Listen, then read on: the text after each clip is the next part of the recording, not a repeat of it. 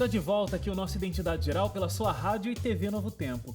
E olha, ao longo dessa última semana, a TV Novo Tempo exibiu a sua primeira minissérie, Como Tudo Começou, que fala sobre o movimento milerita, o grande desapontamento e o surgimento da Igreja Adventista do Sétimo Dia. E aí, para não deixar nenhuma dúvida sobre esse assunto, eu converso agora com um grande especialista nessa área de história da Igreja Adventista, o pastor Arilton Oliveira. Tudo bem, pastor? Tudo bem, Wagner? Que alegria poder estar aqui novamente no Identidade Geral. Pois é, muito bom ter o senhor aqui para explicar nos mínimos detalhes todos esses assuntos que a gente viu na minissérie Como Tudo Começou.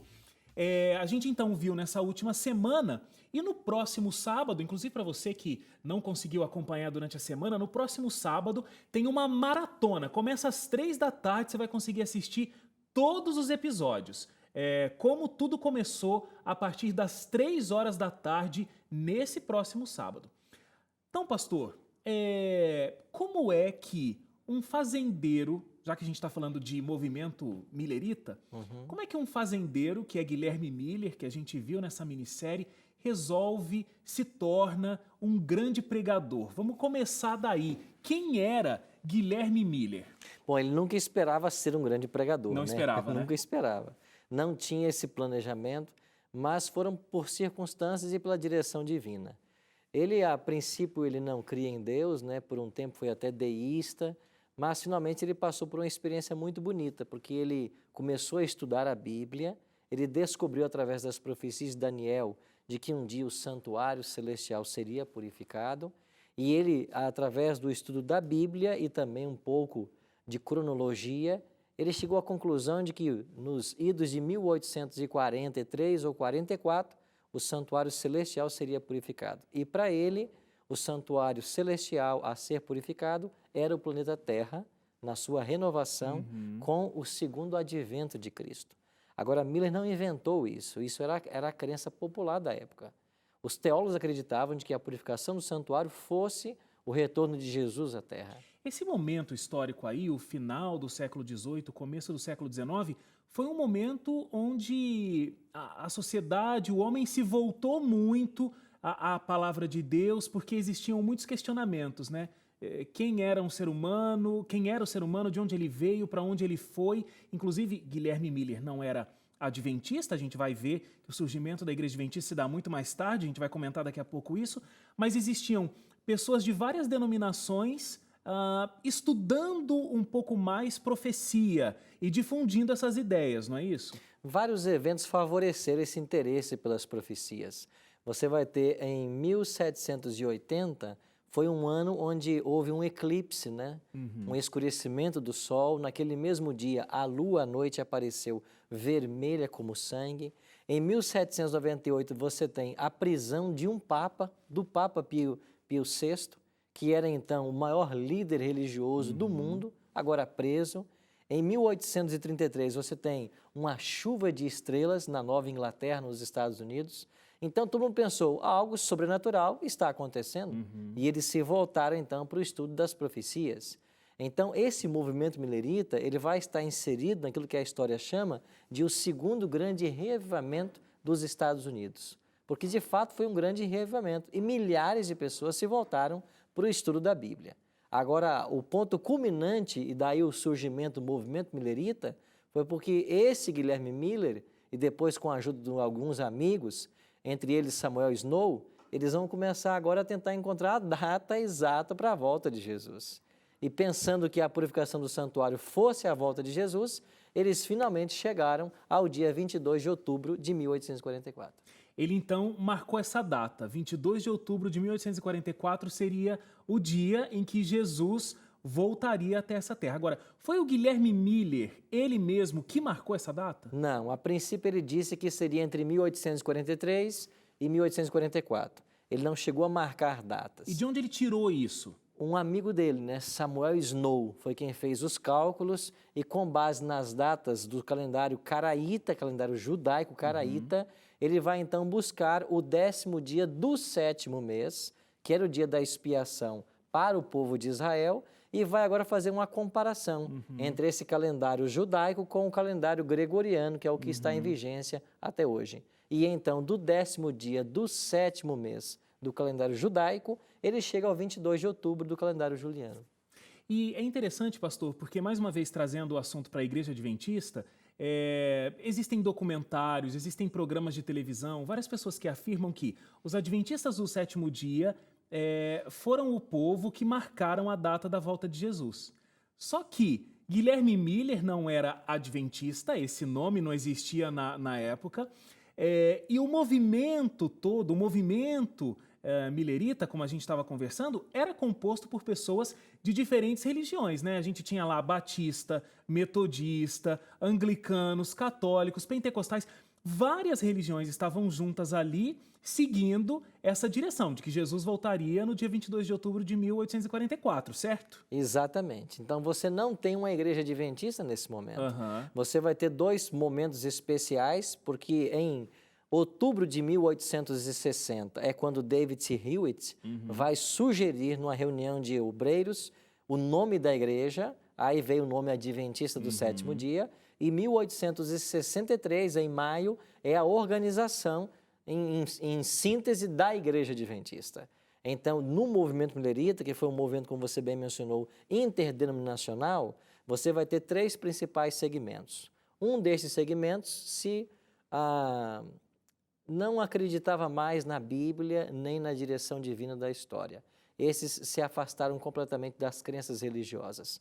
Um segundo grupo continuou marcando datas ainda, eles marcaram outras datas até que desapareceram, e um terceiro grupo que vai voltar para a Bíblia para entender o que aconteceu, vai descobrir o que aconteceu, porque Jesus não voltou, e é esse grupo que vai finalmente se organizar lá em 1863 como Igreja Adventista do Sétimo Dia. Agora, pastor, vamos falar um pouco desse dia, o dia que ficou conhecido como Grande Desapontamento, dia 22 de outubro. Eu tenho informação aqui que o movimento millerita ele teria alcançado 1 milhão de seguidores. Então, tudo estava se posicionando, pessoas pregando, Guilherme Miller viajando por várias cidades para pregar essa mensagem e todo mundo aguardando que dia 22 de outubro de 1844 o mundo terminaria como a gente conhece com a volta de Jesus. Isso culminou em várias coisas. As pessoas começaram a deixar os seus negócios, as pessoas não se preocupavam mais em estudar, as pessoas não se preocupavam mais em correr atrás dos sonhos mundanos que elas tinham, construir uma casa, fazer uma viagem, enfim, casar os seus filhos, toda essa questão. E eles passaram o dia esperando. Inclusive, ouviram algumas chacotas durante o dia, porque Jesus não voltava. E eles esperaram até o último minuto do dia 22 de outubro de 1844, com a fé de que Jesus voltaria. Na série, inclusive, como tudo começou, é um momento muito marcante, um momento muito triste, mas eu não vou falar mais, porque de repente você vai acompanhar no próximo sábado aí a nossa maratona a partir das 3 da tarde. Mas tentando transportar nossa mente para aquele período, deve ter sido uma coisa muito complicada para esse pessoal recobrar a fé depois desse grande desapontamento, né?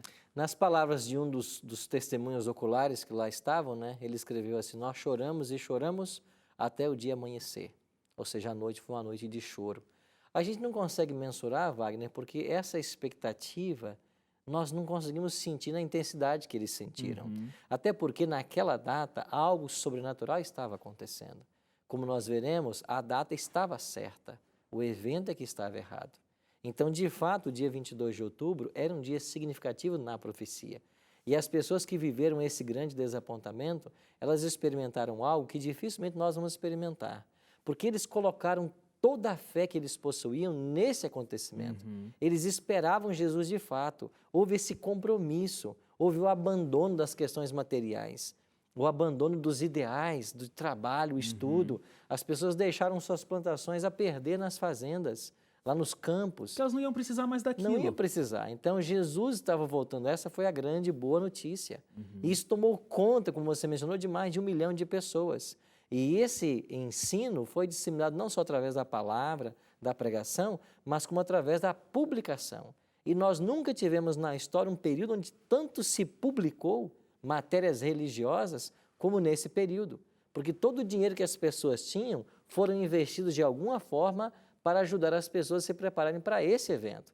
Agora você imagina, você colocar todos os seus recursos pensando num evento, esperando a culminação do plano divino para a salvação do homem e no dia nada acontece. Uma A coisa decepção fortíssima. foi imensa. Por isso, a grande decepção, né, o grande desapontamento é um nome muito próprio para o que aconteceu. Agora, pastor, o senhor disse, a data estava correta, o evento é que estava errado. Eu sei que é complexo explicar isso em pouco tempo. O pessoal pode assistir o Bíblia Fácil, porque o senhor explica isso com mais detalhes. Mas para quem não conhece essa história, para quem viu a encenação, e é muito forte realmente, eu volto a repetir, assista Como Tudo Começou nesse próximo sábado, porque é uma história emocionante. A gente que já leu sobre o assunto, a gente vê esses personagens interpretando, é realmente muito forte. Agora, o que acontece profeticamente nessa data? Se nós buscarmos como um tipo santuário terrestre, o dia da expiação era um dia de juízo. E lá em Israel você tinha vários sacerdotes e sobre eles um sumo sacerdote.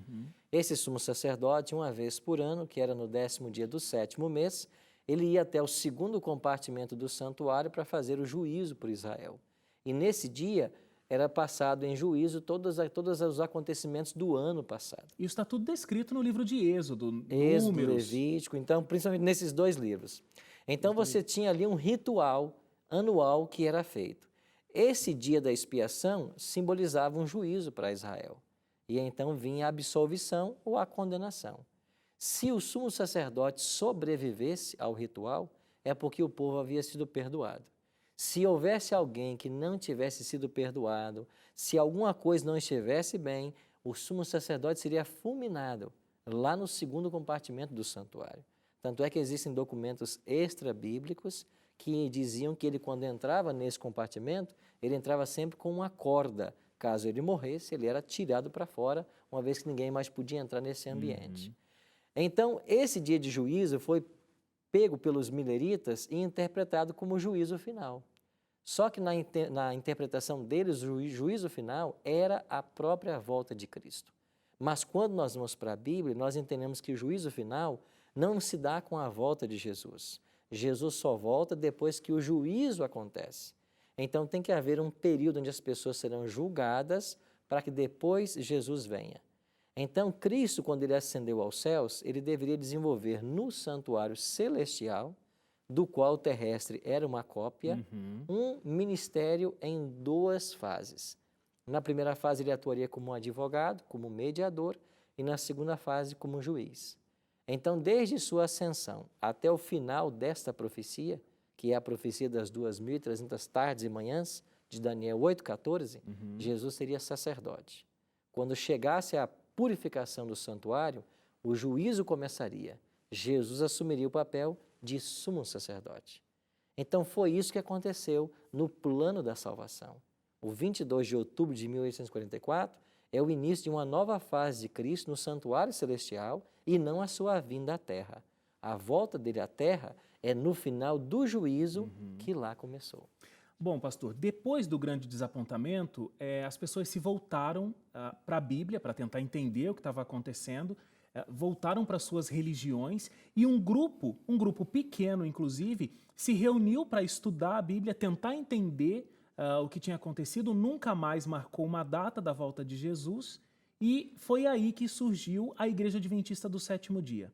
Exatamente. E eles entenderam de que o evento de Apocalipse, capítulo 10, onde descreve a experiência do apóstolo João comendo um livro que na boca é doce e no estômago fica amargo, era a retratação do desapontamento que eles haviam acabado de enfrentar. Então eles se viram na profecia bíblica. E quando eles chegaram em Apocalipse 10, verso 11, Deus lá dá uma ordem dizendo, é necessário que ainda profetizes. Então esse povo que havia passado pelo grande desapontamento, quando chegaram ao Apocalipse 10 e a ordem de ainda profetizar, eles se viram como um povo remanescente, como um povo profético e que tinha uma mensagem ainda para anunciar. Agora, isso era importante para esse povo de Deus aqui na Terra passar por esse grande desapontamento, porque Deus poderia ter dado uma mensagem, como anos mais tarde deu várias, e anteriormente deu várias, né, para o seu povo. Não poderia Deus ter dito, olha, não é por aí, minha gente, não vamos por aí, que não marque data não, porque ninguém sabe qual vai ser a data da volta de Jesus. Enfim, era importante para o povo de Deus passar por esse grande desapontamento? Na realidade, a igreja cristã, ela nasceu de um grande desapontamento. Você teve o grande desapontamento da cruz. Então, todos os apóstolos e as pessoas que viviam nos dias de Cristo, eles esperavam que Jesus fosse tirar os romanos do poder e estabelecer o judeu, mais uma vez, na cabeça do mundo. Tanto é que, quando Jesus foi crucificado, os discípulos a caminho de Emaús, eles estavam reverberando essa ideia. Nós esperávamos que ele redimisse a Israel, mas ele está morto. Então, foi de um grande desapontamento que nasceu a igreja cristã. Também de um grande desapontamento surge a igreja remanescente. Agora, por que foi necessário esse desapontamento? Porque se não tivesse acontecido como aconteceu, essa data não teria entrado para a história com a força que ela entrou. Nós não estaríamos hoje aqui falando de um grande desapontamento religioso. Não existiria a série Como Tudo Começou, que tem pregado essa mensagem. Nada disso existiria. Então, Deus, que conhece o fim desde o princípio, ele sabia que naquele ano terminaria a mais longa profecia da Bíblia, que é essa profecia de Daniel 8,14, que Miller estudou a fundo. Então, naquela data, cumpre-se o último período de tempo profético. E esse último período não deveria chegar com menos impacto do que ele causou. E, de fato, aí você tem uma igreja remanescente surgindo, como os adventistas se enxergam, com uma mensagem para pregar, que é a volta de Cristo, agora não mais marcando uma data, como os milleritas marcaram, mas anunciando os sinais que nos mostram a sua proximidade. O senhor bem disse, os adventistas do sétimo dia têm essa grande mensagem, que é pregar o segundo advento de Cristo até essa terra. Naquele período, os milleritas estavam errados com relação à marcação da data para esse evento. A gente há anos prega essa mensagem e Jesus ainda não voltou. Como que a gente pode ter certeza de que a gente hoje não vive um grande engano? Mesmo não tendo uma data marcada, mas a gente espera esse evento. Como a gente pode ter certeza de que ele realmente vai acontecer e nós hoje não estamos enganados? Eu li uma frase outro dia que eu acho que responde sua pergunta. Alguém escreveu para mim e disse assim: ele disse que viria e veio. Ele disse que morreria e morreu. Ele disse que ressuscitaria e ressuscitou. Ele disse que vai voltar. Aguarde-o. Eu creio que ele vai voltar. E se todas as profecias da Bíblia não falharam, inclusive esta, de 1844, é porque Deus é fiel e Ele está no controle da história. Agora, nós cremos que Ele volta em nossa geração. Agora, pastor, todos os adventistas não creem isso há mais de 160 anos? É verdade. Só que a gente tem que se lembrar de uma coisa. Ninguém espera a volta de Jesus mais do que uma vida. Ele pode demorar? Pode. Mas ninguém espera a volta de Jesus mais do que uma vida. Porque no dia que nós descansarmos, em seguida já abriremos os olhos na volta dele. Então ninguém espera a volta de Cristo mais do que uma vida.